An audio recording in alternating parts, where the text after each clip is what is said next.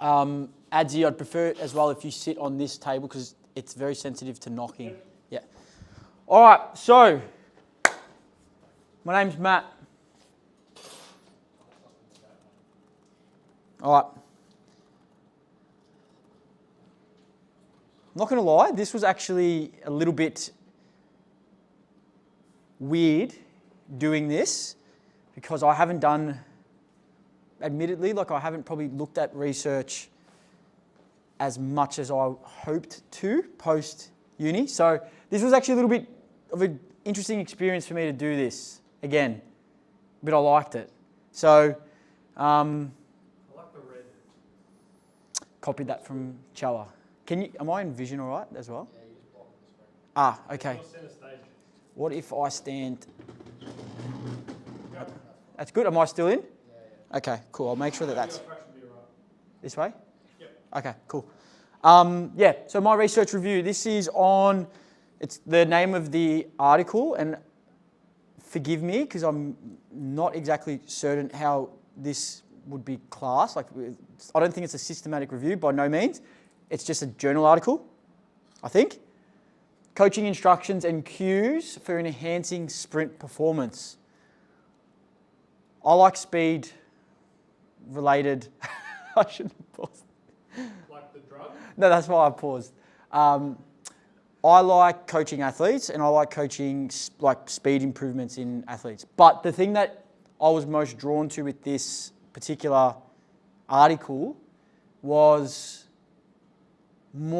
this is more looking at the coaching side of things than anything. And I think it's possibly applicable to the work that we do with Clinical Pop. So yeah, it struck my attention. I think there's possibly some good takeaways from it, and we'll break it down and see what they did.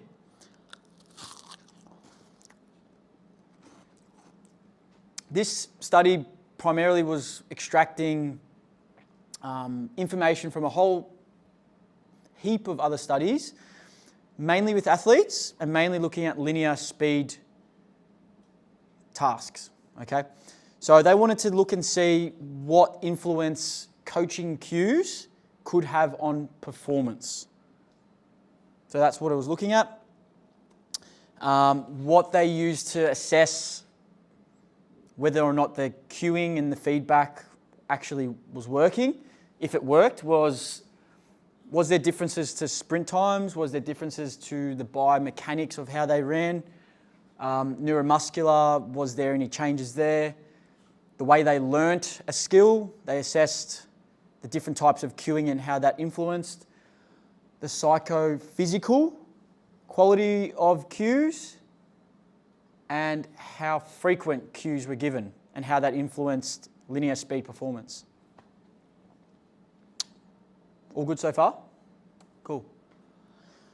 Why is this study important? So, one, maximal speed, being able to sprint fast is critical for performance. We all know that. Sometimes it can make or break a match. So it's quite important to know how to optimize an athlete's potential speed. The second thing is the communication between sort of strength and conditioning coach and athlete is also an important thing to look at as well. So we want to make sure that what this article wants to look at is what is the best way coaches should communicate with athletes. There's sort of three main types of feedback, three types of coach-athlete communication this article looked at. It was defined as verbal instructions, cues, and feedback. They mentioned that it's still common to hear coaching called as an art opposed to as a science. So a lot of coaches will say, no, it's an art. But what this article wants to look at is maybe there's a science behind how coaching can be better. Like what you actually say is the science part of it, is what this is looking at. I know there's probably the biggest debate between coaches and like biomechanists is around sprinting and like what's optimal from a biomechanical point of view Yep. versus what is optimal for a coaching point of view, being like biomechanists may say that sprinter needs to be able to hit 130 degrees of hip flexion during their takeoff phase or whatever. Yep. But a coach may look at that and say, yes, that might be all well and good, but this person can't achieve that, so we've had to build this into their coaching model to achieve the fastest possible time over Yeah. 100 metres, 200, 400, whatever that Yeah. looks like. So I think it's like, you know, what you say, like what's practical may not always, like what's optimal may not always be practical. Right? And I think being able to have many ways to achieve a task, whether that be through program stuff or communication, I think is Yeah. important. Well, you'll see the communication stuff's huge. I didn't realise how big it actually is. You basically have two identical people in front of you. What you say to one person and what you say to the other person can elicit a completely different performance result. Two identical people, which is weird. And I didn't really understand how important it is as a coach. What we do say makes a big difference to the outcome we get, which is what this looks at. The literature regarding coaching tactics, this was interesting, for sprinting has revealed that coaches right now, in our current time, may not actually be providing the most beneficial style and type of communication for athletes. They put an example here. So during the 2009 USA Track and Field Championships, a number of athletes from various events, including the sprints, were surveyed and asked what type of verbal instructions, cues and feedback their coaches had provided to them during the competition and during training. 84.6% of the athletes responded that their coaches gave instructions, cues and feedback predominantly related to body movements, such as what we call, and we'll go into this, it's more that internal focus of attention. Consequently, about 70% reported that they adopt an internal attention focus. And you'll soon learn that internal focus is the worst thing that we can actually be asking our athletes to be focusing on. So, yeah, 85% of athletes are doing what the research shows is possibly not the most effective thing, which I found... Worse in this context or worse overall? On a larger spectrum, for most cases, it's overall. So like for professional, novice, again, this is predominantly looking at sprinting more than teaching someone how to squat. But from a sprinting point of view, yeah. We'll go into it. Anyway, this is what it's showing. Let's get some definitions going. So attention focus is broken down into three types: internal, external, and neutral. Internal is focusing on body movements, i.e. the movement process, like what your knees doing, what your hips doing, what your body parts are doing. It's that very internal focus. Externally is the effect of your movement on the environment, the movement outcome, or neutrally where there is not really a focus at all. So if I just say, just run, that's like a neutral focus. You're not giving a specific instruction of how to do it or what to do. For this particular article, they're looking at medium to long task phrases, which is generally 3 or more words in length, verbally administered to an individual before before performing a motor skill. That's what this article is looking at. Verbal cues, they're defined as short task-oriented phrases, generally, so they're shorter, a cue is shorter, 1 or 2 words in length, also administered before the task. Most verbal cues are verbs, so you'll hear things like push, explode, drive. We've all used these before in our own coaching. Okay, so that's what we call a verbal cue. Short words, phrases, things like that. The last one is verbal feedback, and this is generally provided during or after the motor skills being performed. It could be from an external source like a coach video or a video replay. Yeah. So they sort of go into these three things.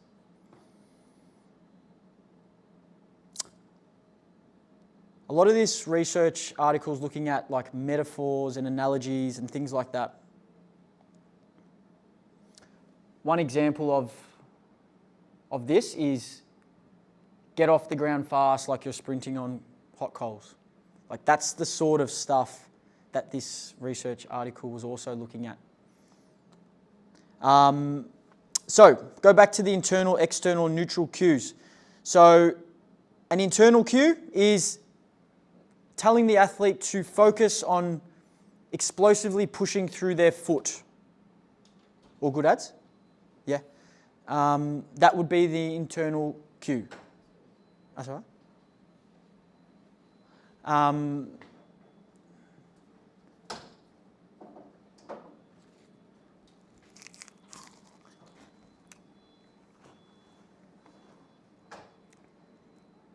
The external cue in this sense, is everything right? Yeah. So the external cue would be to focus on explosively pushing the ground away. So the difference between internal is push through your foot, your body part. External, push the ground away. All right, so that's the difference there. And then again, the neutral cue is just saying something quite general. Complete the sprint as fast as you can. Nothing to do with the environment, nothing to do with the body parts at all.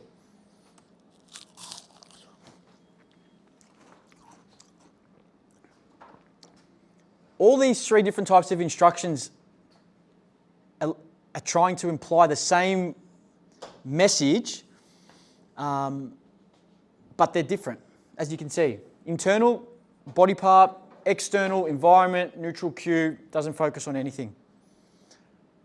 Do we have any questions so far? So right now we're just going through the definitions that the article's looking at, the communication strategies. So we've got internal, external, neutral. Yep, we're all good with them? Cool.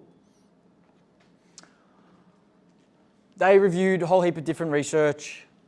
They had the internal cue group, the external cue group, they had the neutral control group, and they looked at, in this table, speed times and how that influenced different things. So this was a 20-yard sprint, I think, or 20-yard dash. And you can see all the different sorts of, we won't go into it, we'll talk about it, but they basically look at all the different control groups and which type of feedback or which type of instruction worked best for that group. Question? When does the dash become a sprint? Good question. Trying to throw me off. Okay, so let's get into it. So the things they looked at were sprint times.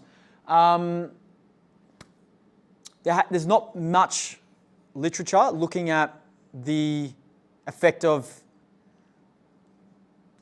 feedback and cueing and things like that on sprint speed. But what they could find, the results suggested from what they could find, is that skill level may be a factor mediating how the athlete responds to the instructions and cues. So they looked at, like, there's been some research looking at novice compared to like professional athlete and how they respond to the internal, external is actually different depending if you are a novice or a professional. So one guy found that low-skilled athletes benefited most from an external focus, whereas another researcher found that highly skilled athletes benefited most from no assigned focus, so a neutral focus, where they were just pretty much told to just to run. However, some other research also found that expert and novice athletes performed faster 10-meter sprint times when there was an external focus compared to internal. So the research is a little bit of everywhere, but so far, internal's not winning at all as a way to improve performance. So far, it's like neutral and external.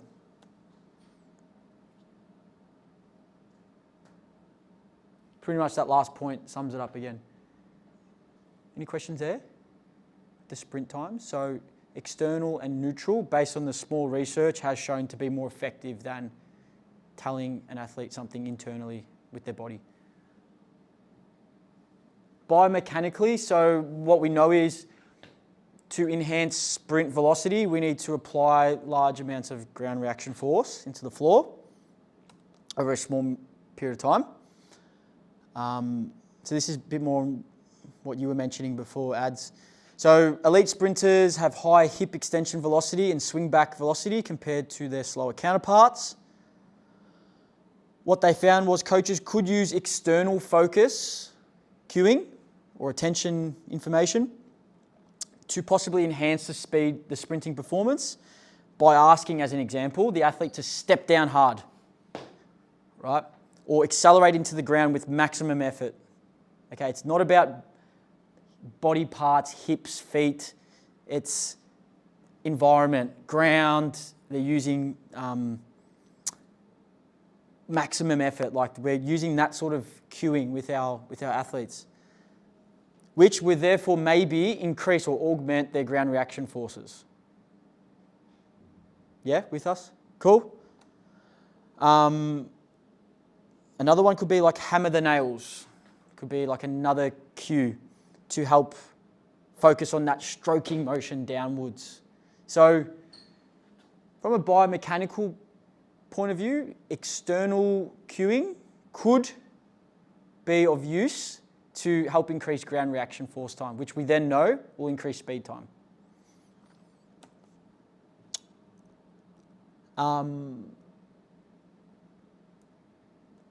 Neuromuscular wise,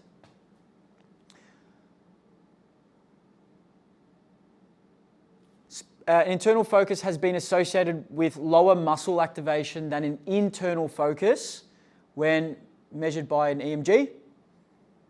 Whole heap of other stuff.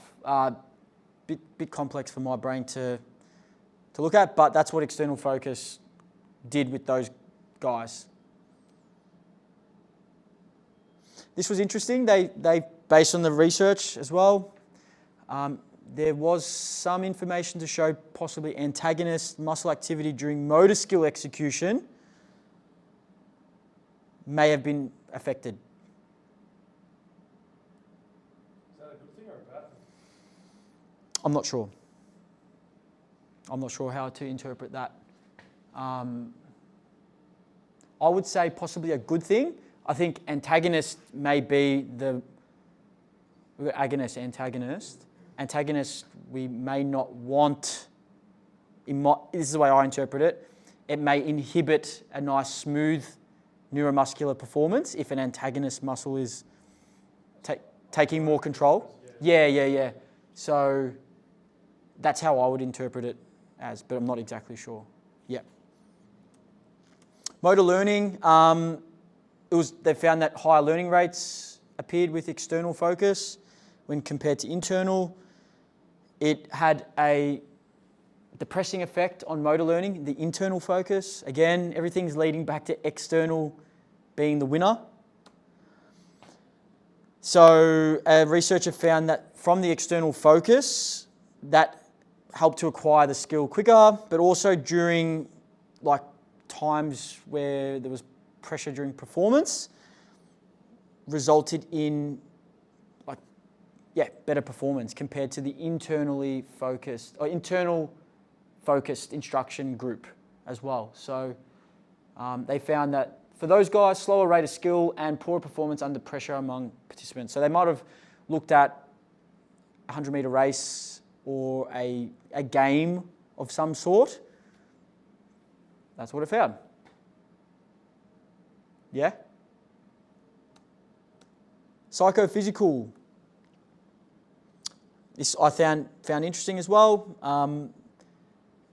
External focus resulted in lower RPE for that task. Don't ask me why. I don't know, but that's what it showed. Studies found that when they had given that external focus, their sprinting RPEs were lower compared to the guys that were given an internal focus. last couple ones. So we've got frequency. There's not a whole heap of literature that they could find regarding how frequent we should be delivering this type of cueing or verbal instruction. It's really still being investigated. So, they said, what if verbal cues were administered every other sprint repetition or only once? Like this was just an example, only once for the entire set. So say you had 5 reps of 20 meters, you do a instruction every rep, or whether you just give the one instruction for the whole 5 reps. They're still looking at what is the best way to give this feedback. So that's, I think, something that we could draw from the research for our clients possibly, is like, how often do we have to give feedback? Do we give it after every set? Do we give it after the end of the 3 sets? I'm not sure yet. Well, they're not sure yet still.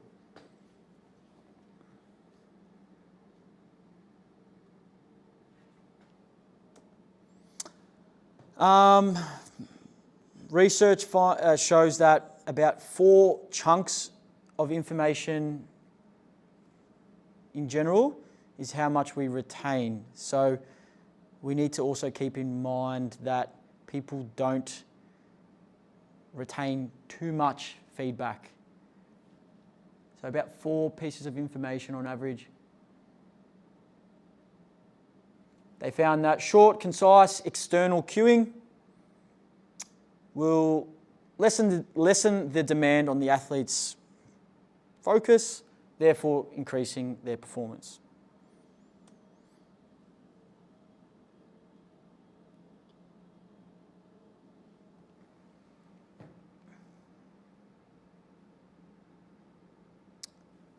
I think the last sentence sums up that point. Keep it brief, and it helps to, they also sort of looked at choking, high pressure and things. So keep it external, keep it brief, keep it short and concise, and that will help to prevent higher pressure situations where athletes don't perform well. So that's what they found as well with their studies. That's just another example. Okay, just last one, the quality.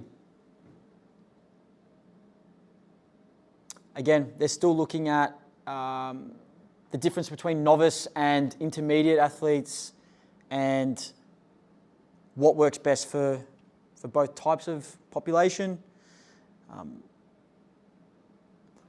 I've got a good picture on the next slide which will help explain what the quality of cueing should look like. So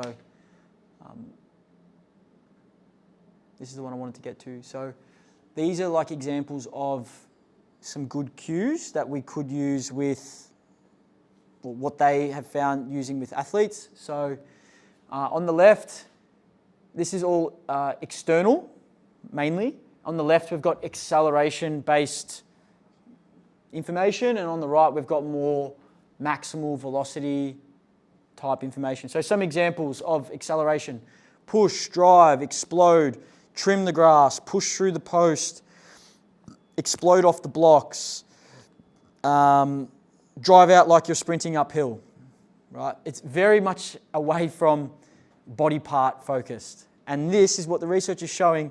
If we use this type of language and cueing, it will lead to more optimal results neuromuscularly, sprint performance-wise, motor learning, all that sort of stuff. The max velocity cues: hammer the nails, relax, just sprint as fast as you can. That could be that's a neutral one. Drive off the ground as if to spin the earth backward. Weird one, but it sort of makes sense of that, like that swing gait cycle phase.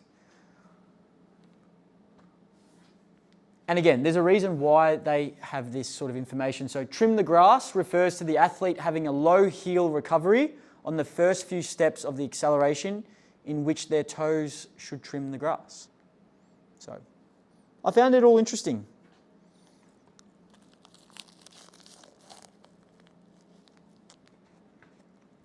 Did it measure what it was supposed to measure? I think yes. This study was a review of all the available literature out there regarding external, internal, and neutral feedback. The author didn't conduct their own experiment or their own study, so it was just extrapolating what was available out in the sphere. Is it valid for what they wanted to take, the measurement tool? So I think the outcomes that they were judging it on, so the speed times, neuromuscular, motor learning, all that sort of stuff, I think they were all valid ways to see whether or not internal or external cueing improved sprinting performance. I thought, yep. Was the diversity in the population size? So that table earlier on that had some of the research results listed. There was probably a total sample size there of about 100 plus, I calculated. This research drew on about 81 research articles at the end. So I feel like they did a decent job capturing some idea of whether this type of instruction is beneficial or not. Obviously more is better, but currently there's not a whole heap of research on it still. I don't think this last question was probably relevant, but yeah. Okay, so food for thought. How can we extrapolate or interpret these findings regarding external cueing for our clients?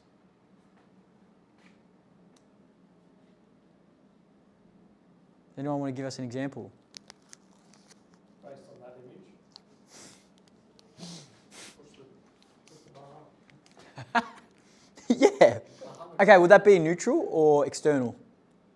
That would be external because I would say pushing the bar up is something that is physical, like it's in front of you. So Yep. this bar needs to go Yep. up here, so I would say it's external. And what would be an internal? The internal one would be like, I want you to feel your shoulders working. Mm. Yeah, lift your shoulders up. Correct. Lift your shoulders up. Yep. Yep. Yeah, push. I'd say like a neutral cue would be push. Yep. Push. Yeah. Yep. Do you think that just reflecting on the way we practice currently with our clients, do you find that we use a lot of internal, external, or neutral, or a combination? And are you aware when you do internal versus external and neutral? Yeah, I think I would say that my communication in general probably changes as the client goes through a program. Like, for example, my communication on executing the specific tasks is probably a lot more when they're newer. And then as they're getting more comfortable and confident with the movement, there's less, say, big movement variations that we need to address. The communication around the program is all about making sure that they're hitting their RPEs or like figuring out different communication strategies so that their intensity maintains at the suitable level, for example. It becomes less about the minutiae around legs tucked in, elbows out, this, that, push the floor away, all that kind of stuff. Like, they're still there. Mm-hmm. It's still there, but I think more of it starts to become around education around like rate of perceived exertion or like reps in reserve or like all the more like the program side of it rather than the execution of a task within the program, if that makes sense. Makes I think, sense. Yeah, mine probably changes a little bit, but what I tend to do, particularly, I think it's easy to use like a squat or a deadlift is Deadlift. Let's go deadlift. And yeah, I've got a good example from this morning with Judith Trenthapole. yeah. So I may say to someone, look, this is the position that I want you to get into. So internally, are you saying like I need your No, back flat, I need chest up? No, I'll just say, look, this is the position that I'd like you to achieve. So I want you to try and do this for me. So I'll show them the position that I want you to try and access. And I'll say, what do you like? What do you feel? And they may say, feet are even on the ground. They may say, shoulders over knee. Then they may say a couple of things. So then my cue becomes on what they feel or what they resonate with almost. So that could be a combination of internal. They may say, yeah, like I feel my glutes like lock in or whatever.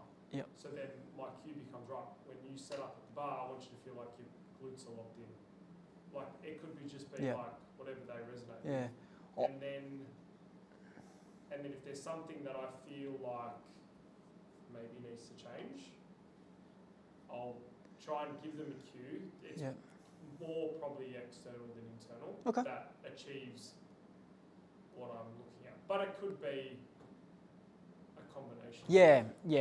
It's interesting. Like after reading this last night, I think I was reflecting on how I would program some exercises, and I think I've had most trouble thinking about it, like the deadlift or the Romanian deadlift, when I've tried to be too internal with people, like do this, back needs to be like this, and the client, and I can see it, how confused they feel because they're focusing on all these different internal body parts and what is my back flat, are my knees together, am I rounded, etc.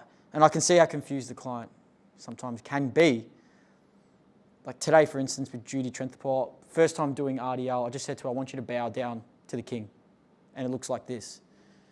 And bowing down was like that, like sort of that external. I didn't tell her anything to do with her body. Like your hips got to move back, your hamstrings got to feel a stretch. And she literally nailed it first rep. She'd done a pretty decent Romanian deadlift attempt with that externally focused cue of bowing forward. And I was like, okay, cool. It might not work for everyone, but it was interesting to think when I'm trying to get someone to learn a new motor task, the motor learning, what is going to get that client learning fastest? Like maybe it's triple extension, using a med ball throw. Like you might want to just say, like, I don't know, what could be a cue to achieve the outcome of triple extension in a med ball throw? Like, what are we going to tell that athlete? Be tall. Be tall. So when I'm holding the ball, could be hips through, or throw the ball as high as you can. And you don't have to tell them anything about their knees and their hips. All they got to worry about is fucking throw the ball as tall as they can, and that external focus should get them to the outcome we want, which is, if I want to throw it tall, I need to generate a lot of ground reaction force, or a lot of force, rate of force development. So it sort of just got my head thinking a little bit how this article could be applicable. Dino, you're about to say something. Yeah, particularly depends on the population you're working with. Particularly from more of a neurological point of view, a lot of the cues necessarily are more around external versus. Are external, did you say? Typically, we're using more external focus rather than internal, because if you're always relying on an internal focus with neurological populations, way too much stimulus rather than simply just get them to push. For a client that's got a stroking back, to get them to push, they're probably going to actually be able to do that versus saying, I want you to extend your upper. It doesn't necessarily work that way just because of how the signaling pathway works. Like in a row, I'm getting him to work on a hip flexion at the moment. All I said was literally to her was just push off the floor hard. Literally just push off as hard as you can. Yep. And literally she can actually do a hip extension loaded with a mini band. Yep. Cool. Yeah. It's pretty interesting. I've got a good example too. I know Adrian Caminiti, we're trying to get him to do more jumping. I know if I get him to internally focus too much on every single joint, what it's doing, he's just going to be for his brain, Adrian, you've got to bend your knees this far down, your knees got to be apart, your arms got to be, he's just not going to execute the motor skill we want.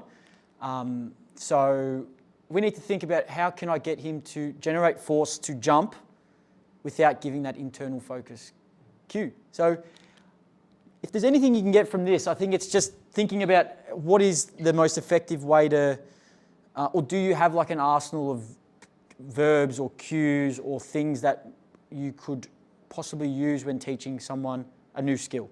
Or think about like a powerlifting competition, right? They're about to do a 1RM. You might hear things like drive, drive, drive. Like they're verbs, they're probably not giving too many internal focus cues to elicit the performance result, which is to generate a large amount of force. So when you look at other people who do this well, they probably do use a bit more external than internal. And generally, most of the time, unless they're very like into training or something, it's a very complex task anyway. Most of the cues they aren't probably necessarily using are probably more external anyway. Because most of them, unless it's something very obvious technically that they need to actually address, or it's just not eliciting what I needed to. 90% of the time, I'm going external anyway. Okay. Because half of them, like, if they know how to like, do a movement and there's technically nothing wrong with it, that's pretty much all I need them to do. But I also think, like, say for example, like if I'm getting someone to do like a, I don't know, like a dead bug, and I'll say like, I want you to feel like your rib cage is down or something. They may feel like, but what I'm thinking is like, I want them to get more feeling out of their abs. I might say, all right, I want you to focus on keeping your rib down, or ribs down, not flared. And they may say, oh, I feel my abs a bit more. I'll be like, oh, that's what I actually wanted, but I got an internal cue done by an external one. Like what I wanted them to feel was their abs, but I did it via like. Like the same sentence, like saying like arms forward. Yeah, like I got that feeling via an external cue, but it's an internal feeling. Yeah. It's like trying to teach like a drop jump. Like trying to teach like a drop jump is like, or a depth jump, for example. It's like you teach explode, like drop down, absorb, and explode. Like I want you to come off the ground like it's like hot coals or something. Getting them to Perfect. explode off the floor. RFD. Yep. Hot coals. Yep. Just getting them to explode off the floor, because as soon otherwise you tell them to drop, they just drop and they land and they don't get up. Yep. So you're thinking more vertical versus horizontal. Yeah. There's so many ways to like Adam would say the rib cage thing. Like I've never used that, but But the end result's still the same. yeah, like I might say to a client, I want us to hug our lower back to the floor, Yeah. right? And that will get that rib cage down. I still get the same outcome as Like I go the same thing, like arms forward, because that way we stay down. yeah, that's right. Yeah. And So- some people may like, oh yeah, okay, I understand that what this feeling Like is. people might, yeah, that's right. So it's just interesting to know that like ribs might not work for someone, but the arms forward might work. So having that arsenal of, okay, if that cue didn't work, what else do we have to deliver the outcome we want? I also think I've heard other people talk about this, but it's something that I get like track students to do is to deliver an exercise without talking. Yep. Like being able to demo how to do a dead bug without using too many words, because as you said before, like people forget 4 chunks of info, 4 chunks of info, max. right? And then I say, right, if you can do it without talking through step by step, give like a 2Q thing on how to execute. It'd be like hug back to the floor, slow tempo with your legs. That's it. And if you can do that, then you can just evolve it as you Yep. like as you need. Yeah, I think one of the things with, just off topic, the Sons of the West last week, that I had a placement student with me, and before she began the session with the gentleman in here, I got her to run me through her circuit that she was going to take them through, and I was getting her to demonstrate on me how she was going to deliver it, and it was quite funny. Exactly that. She was going to take me through a wall push-up, and there was like an essay of how to do it, and she was saying exactly how she was going to deliver it to the 70-year-old men, and I'm like, too much info. They're not going to retain. Yeah, so definitely short, concise, easy things. I think it's the same thing, like when I'm teaching people in general, like, I'm not correcting anything, I just give, like, this is how you do it, basic instruction, go do it, and then just as they do more of it, Yeah. if there's anything major, then one thing I pick up on each set that they need to, like, okay, cool, like, okay, this set, let's do this, try that, okay, cool. Yep. Next thing, let's try and address this. Absolutely. I think with a deadlift, like I could go through so many different things with the deadlift. Like I might notice, let's just say they're doing a deadlift, and for me, one of the things I like is when the bar stays close to the body, so they're not like lifting like that. But if they're doing everything else right at that point in time, like they're hinging, I might not give that other bit of information about bringing the bar close straight away. Like I might just wait to the next set to deliver that new piece of information rather than them thinking, bow down like Sailor, do this, do that, do this. It becomes a bit overwhelming. So, but again, the research didn't show exactly what's the most effective. Like, do you do it instantaneously? Do you do it mid after each set, or do you wait to the end of the 3 sets? Or that is, I think, on a Depends on the population. yeah, it's If you're dealing with like a neurological one, you're not going to be letting them screw that up for 12 reps because that's just a waste of 12 reps. definitely. Whereas if you're teaching someone how to do that, probably you can spend, okay, cool, like this technically is one aspect wrong, okay, cool, let's work on the end of each set. And just be like, okay, cool, it's technically this, okay, cool, let's just try and address this for the next set. Yeah. I think I always like clients trying to troubleshoot the problem on their own. Mm-hmm. Because if they come into the gym and we're not here, then Well, it's also teaching them how to like independently go. Yeah. It's sort of going, okay, what do you know? Like the same question I've asked like Lee. I'm like, what do you notice when like you're doing a split squat when you're too far forward with your feet? He's like, oh, I feel it more with my hamstring and my butt's and I'm hinging more versus that. I'm like, okay, cool. Well, then bring your foot back so it's more of a quad exercise. So it's getting them to sometimes it's exactly that. Sort of troubleshoot a little bit. like Michael was a good example this morning. Mm. He said, I don't want you to think about everything, all I want you to think about is even pressure from your feet. And all of a sudden, some other things started to change. He was like, that felt a bit tighter. So, like for him, something that I may say to him on Thursday is, I want you to feel tight. Now, for him, that's an internal feeling. Mm. But because he's already said, I feel tighter, I may use that as a cue for him to get into the position in which he feels like. He knows what it is. Yeah, it feels. Yeah. Yeah. So I think it's like,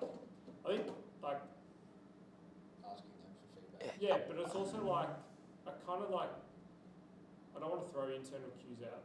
Oh, no. We're not shit canning him at all. No. I think like what can happen with research papers like this is they say because internal cues don't work, don't do them.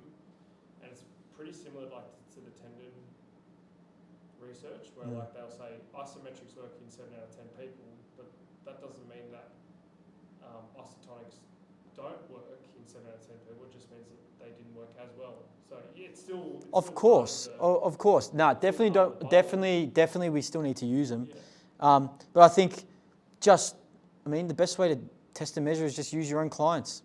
See, just see like how effective you are at teaching them a skill. Say, I want you to pretend like you're feeding a duck, and if that fucking gets the cue to work, I could say anything. Doesn't matter. Yeah, it's like I've had a client before saying with the deadlift, this feels like I'm doing a stripper move. Like showing, or I might say to someone, if I, yeah, fuck the bar. Yeah. Or I use that with the right clients. Yeah. I sometimes say, if appropriate client, I'll be like, okay, I want you to show your bum off to everyone behind you. Show your backside to everyone. Close the door with your ass. Yeah. Yeah, external or a bit of internal, but it's just fucking interesting. And like you just said one thing to Michael today about one bit of information, and it's already changing what his response is to that exercise. We play a big role, I think, in what our clients, their performance and how they feel. And so take more. I think the other lesson is take more care with what we do say as well, in a good way. Like, we've got a lot of power to get good results if we say the right things as well. So that was it. I can share the paper, but yeah, it was pretty. Yeah, it was an interesting one. But again, more related to sprinting.